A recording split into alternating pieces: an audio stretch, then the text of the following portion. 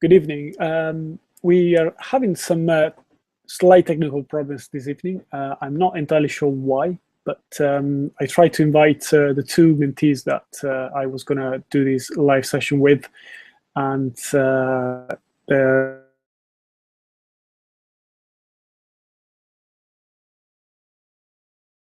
trying to invite my good friend David Cotton too. Didn't seem to work. So what I'm going to do is I'm going to show you a few things about mind mapping in science anyway, and I hope that Cecilia Stolfi and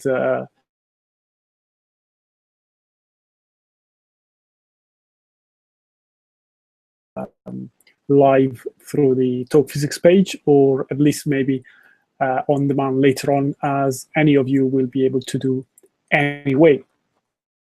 Let's talk about mind mapping in science.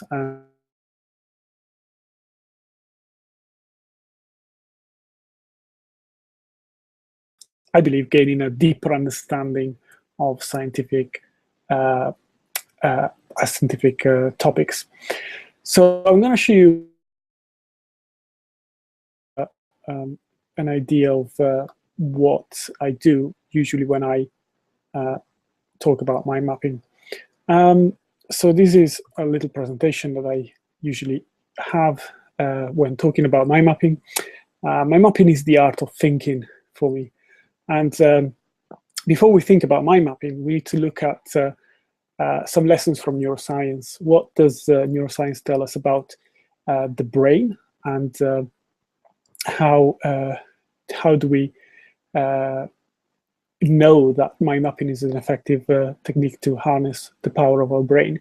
Well, we know from neuroscience that our brain is essentially made of a network of neurons, and these neurons form associations, which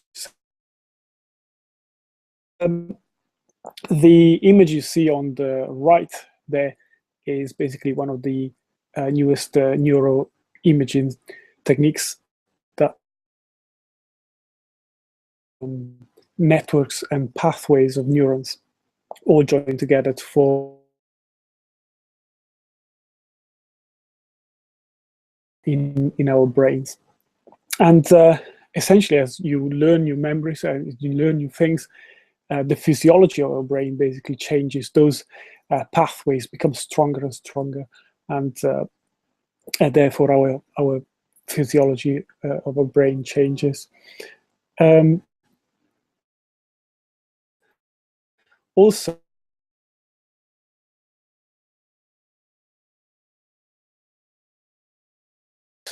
essentially measured that the storage of information is about 10 followed by 10 million kilometers of notes if you use the font 11. So basically you can store 10 million kilometers, 10 followed by 10 million kilometers of notes of bits of information. It's a huge number. It's function.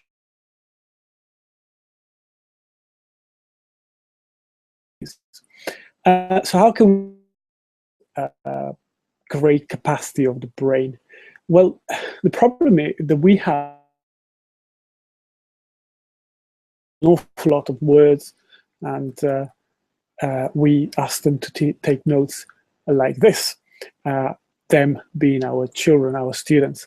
But those are not necessarily the most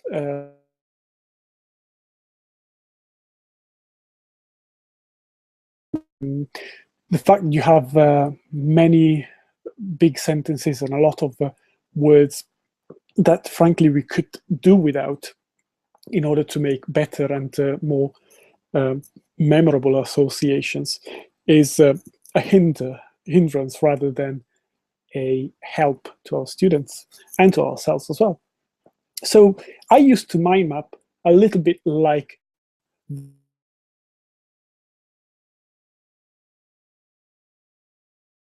of what I call proto mind maps. I would give them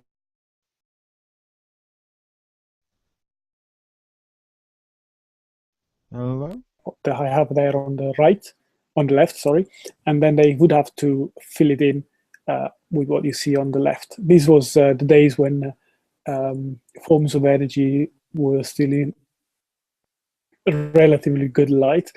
And obviously these physics are a few moments. Now this proto mind map has still got good elements of mind mapping, and so we got associations in the arrows that you can see between. Just we've got a lot of images there, and the problem though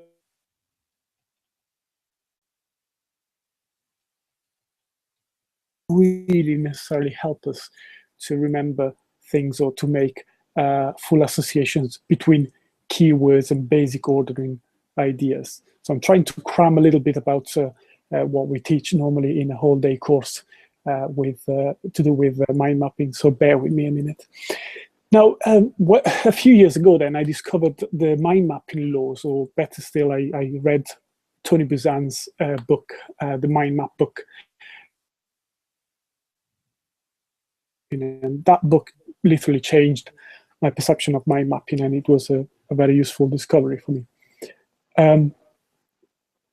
I can hear someone in the background. Is that hello, you? Alessio. Dave has joined us. How you manage it? Okay, hello, sorry Alessio. Guys, I'm stopping here for a minute. Now, could you see my presentation? Whoa, I need to. Presentation, Alessio, yes. Okay, I'm gonna stop my screen share. All right, the screen share has been stopped. Can you see me now? I can see you, Alessio. How are you? Good evening. Oh, brilliant. Dave, it's good evening. Dave, it's great to see you and to have you on this session. I'm not sure what happened to Cecilia and to Susan, but I hope they might be able to join us later on. I'm not sure though. But it's great to have you here and to have you supporting us today. We've got 4 viewers, as I can see at the moment. Alessio, can I just share something with you about the technology? I know we were having some issues trying to set this up, weren't we? And if I show you my screen at the moment, I don't know whether others are experiencing this, but if, okay, go ahead. So here's Talk Physics. Yeah, our you know, where you've put the link, and if I click on the Talk Physics link, and you can see my screen now, can't you? Yeah, I can. Yeah. I get this error message. You know, I need a login. I've never experienced that before when we've done Hangouts. There's always a first time, isn't there, for the technology? Yeah. I don't know whether others are therefore seeing it. That's what I get when I do my normal log on. At the moment, I don't see anything. I just see your logo and nothing else. All right, so you're not seeing. So I'm not seeing your screen now. I can now. Yeah. Yeah. So and you know, I don't think you can see my mouse, but if I hover the talkphysics.org groups forums link, which then highlights for me. So even let me cut it out and then paste that in. If I just click on that link, what I get, you don't see this screen now, do you? You're not seeing this login. I think we need to leave. No, I don't. Sorry, I think we need to leave that because we'll leave that. I'm just not sure. I'm definitely not being able to see you on Talk Physics, but yes, sorry. Yeah, that doesn't matter. If you could see the page from the Google Plus. I can definitely see the page from Google Plus, and I've got my very first mind map I ever made to share with you people out there. If you'd like to see that at some point. No. Are you still there? I am still here. I'm just, you know, you tell me when you want me to tell. I just thought I'd show you my very first mind map I ever made. You tell me when you want me to show it to everyone, and I'll worry about the technology at my end later. Help for us if you want. Are you ready to share the mind map, Dave? Fantastic. Yeah, here I go.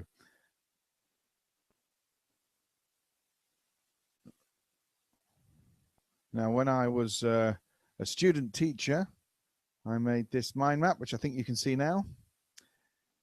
It's rather busy. It was just done in PowerPoint, and my daughters were earlier when I pulled this up laughing at my ability to use word art. And I know you'll be showing us much better software. But what's interesting is I still use this to this day when I introduce waves. I only teach A-level physics now. And when I introduce the wave topic, just as to go over what they learned at GCSE, I throw this up on the board and, you know, and discuss the various things that are on it remind them about waves, and then bang, we go into standing waves and that kind of thing. So this was my very first ever mind map, made 12 years ago, and I still use it to this day. Oh, well, that's pretty good. Thanks. Okay. Some really nice elements of mind mapping there. Thanks, Alessio. I shall put that up on Talk Physics later for people if they want to download it, or yeah, no, that would even. be great. Yeah, that would be excellent. Thank you very much. Thanks, Alessio. Now, I'm not sure why. Okay, I'll try to share my screen again and get back to kind of where I got to earlier. Basically, I was just telling that I discovered these mind mapping laws that really did begin to make sense about my mapping to me, and it made I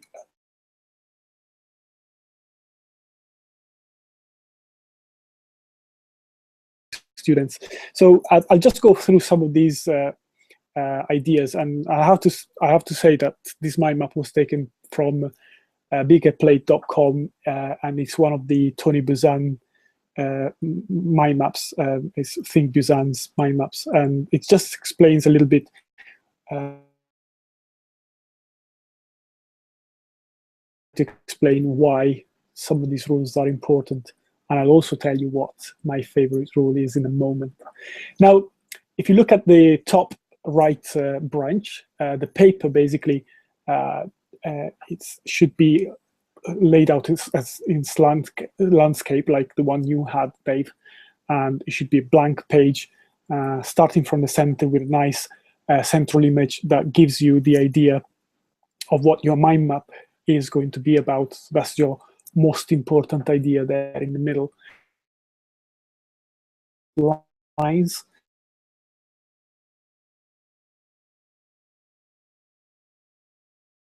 Most important idea is what Tony Buzan calls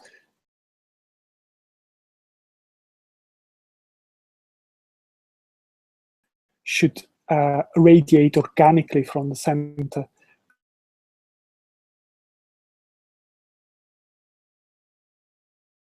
to that idea. And the length of the word should be the same length as much as possible as the branch. So that word lies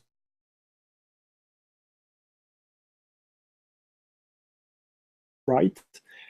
You see that there is my favorite rule. So you have that you should have only one keyword per branch, and that is really important. That's really what made mind mapping really work for me, and it made a massive difference. And if we wanted to do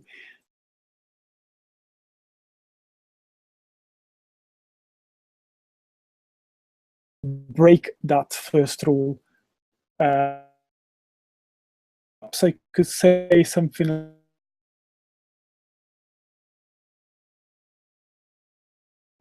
Now, the problem I have now is you can say, well, it's only 2 words, so it's not a big deal. But if I put 2 words here and I put constant speed in one of my main branches, now after that branch, anything that any other daughter branch, otherwise your new branch doesn't make any sense. It's not really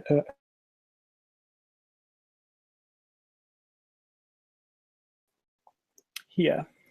And now I can put constant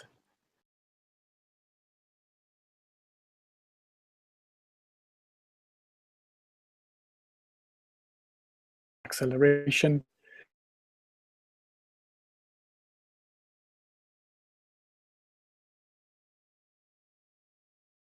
Even say I could add the units for speed now.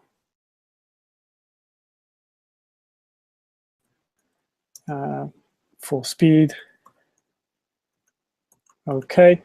and so on. So by using one single word in a branch, I've really increased the number of associations that I can make with that individual branch. And that is what the power of one word per branch really does to you. So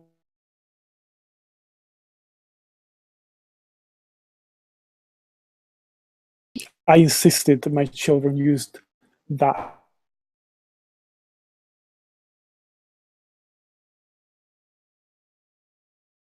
transfers or forms of energy, as they used to be called, and I'll show you something else later that is better than this one. You know, that proto-MIMAP into what you see now on the screen, or hopefully you see on the screen. And for example, if you follow the potential gravitational stored there, you have that more potential energy, and that shape of the curve of the arrow there also indicates like that hill, which gives you the idea that there is a higher position there. Or if you look at the elastic potential, you can see how it's due to objects that can be stretched, compressed, or twisted. So the shape and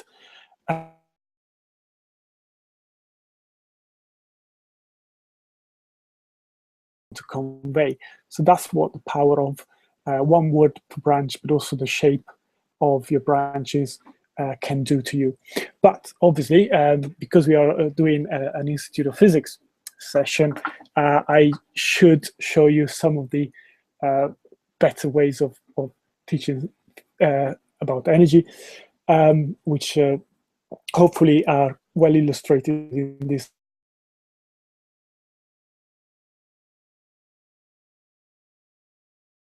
There is a numerical quantity rather than a physical entity.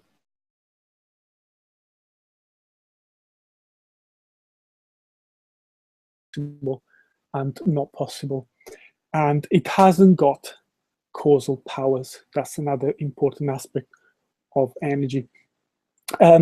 We can think of energy in terms of stores, and we know that wherever there is a change, one store fills as another store or stores are emptying somewhere else in the system. The Institute of Physics likes using these 8 indicated here, but they're just suggestions, they're not set in stone. Store, a chemical store, a vibration gravity store, a kinetic store, a thermal to the surroundings or the internal energy of the system, and so on. And then you could think about an energy description of a system or of a situation by basically choosing the change that you want to study. So that's the first thing we should choose. And then we can think of defining the initial and end point, the start point and the end point. And you could see those as if they were snapshots in time. Once you've got the end and start point, you can identify the stores, basically, that are present in those situations between which energy is shifted. And don't forget that in all systems, energy is dissipated in the surroundings. And that basically at the end of change. We also can talk about energy pathways.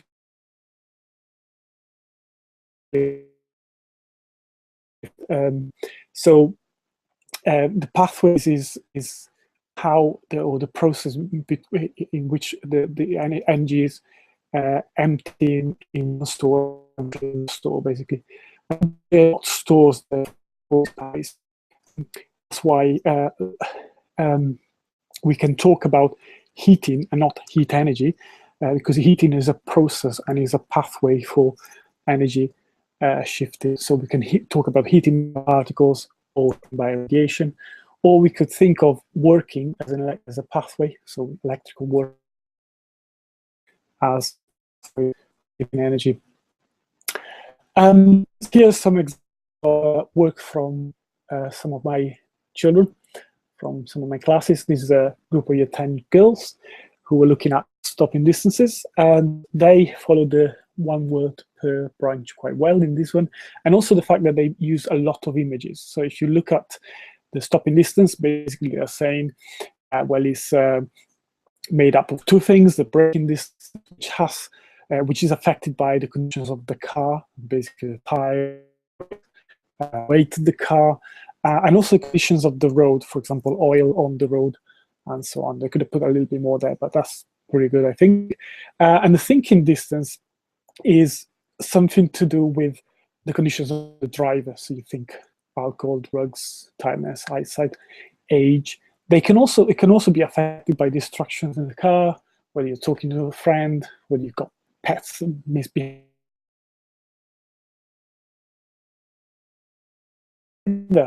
Also, the thinking distance, because if there is low visibility, rain, snowing, and so on, that also affects your visibility. But what they did then there with these arrows, they linked the weather with also the road conditions. So ice and wet road would also affect the braking. Good mind map. What do you think, Dave? Are you?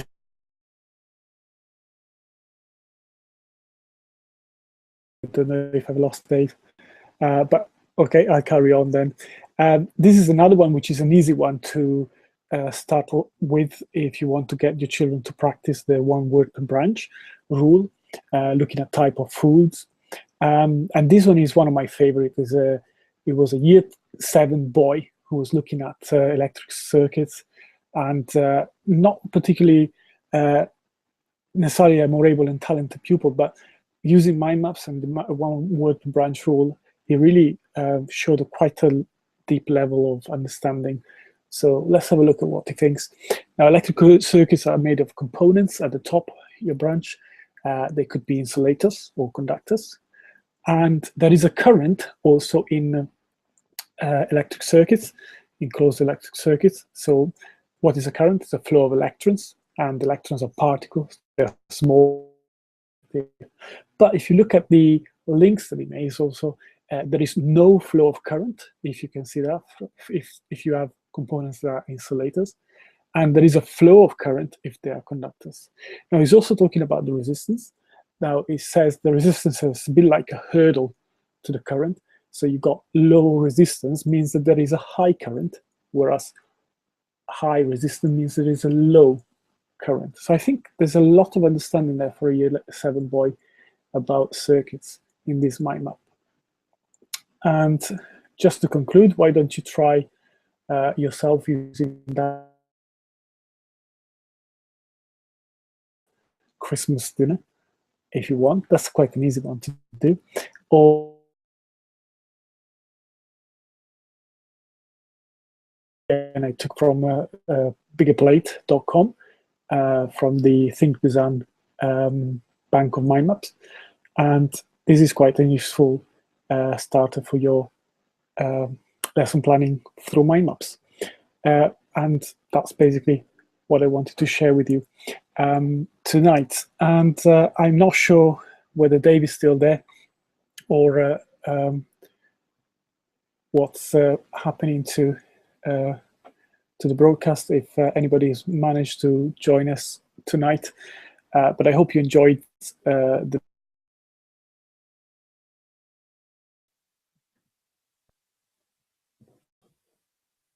Dave, are you still there? Yeah, I am. I got to admit, I'm having technical difficulties today. I don't know whether they're local with me as usual or with everyone, but I did catch quite a bit of that, Alessio. I find it very useful. The one thing I will add is that, like I showed you, that one that I did when I was a student teacher, but my own students now, I noticed we're doing revision at the moment. You know, we've finished teaching all the material and they're revising. And when I was walking around today, it's amazing how many. I'm always pleased when they write down the things I say, you know, and some of them write down everything you say, don't they?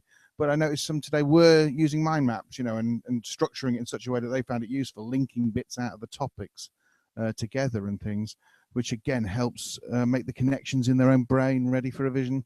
So I'm looking forward to High Alps this year. Thanks, Alessio. Yeah. It's the camera that makes me look like this.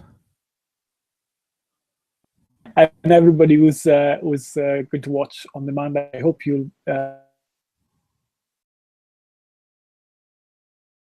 importance of it. Your kids will fight you over it because they don't seem to like it at the beginning. It's quite difficult actually to get used to it, but once they do, they really make big progress, and it's certainly useful to give it a go. So thank you very much and good night.